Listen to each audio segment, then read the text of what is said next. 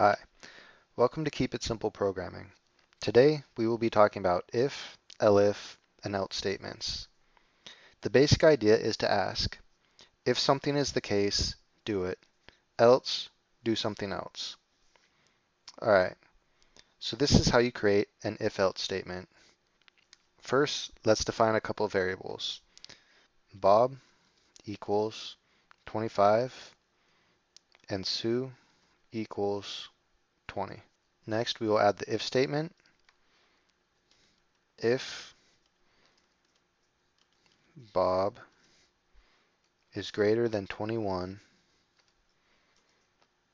print can buy alcohol.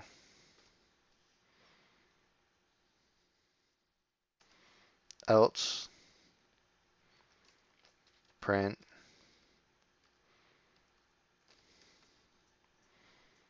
can not buy alcohol.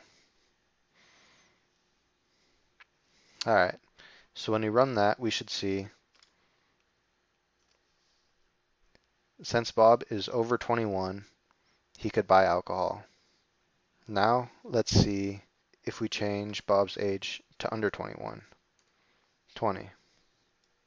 And when we run that, cannot buy alcohol. So the way this is working, it's going to check the if statement, check whether that condition is true or false. If it's true, it's going to print it. If not, it'll jump down to the else statement and print that statement. We'll switch Bob back to 25, and let's see what happens when we add another if statement here. If Sue is younger or is less than Bob, print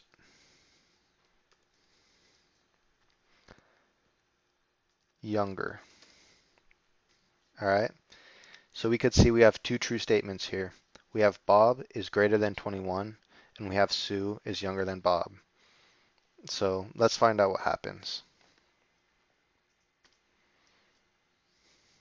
All right, we could see that both are being printed, saying if Bob is over 21, printing that statement, and then it's saying if Sue is less than Bob, printing that statement, and since that one was true, it skips the else statement.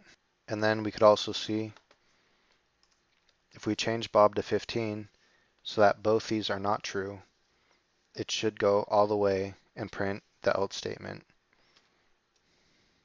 And it does. What do we do if we want it so that if Bob is greater than 21, prints that none of the other ones after that will be executed? We use the elif statement. For example,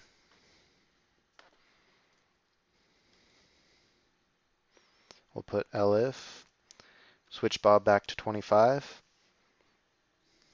and when we run this, since Bob is over 21, it'll register that as true, print the statement, and it should jump all the way down and past all the elif statements and else statements.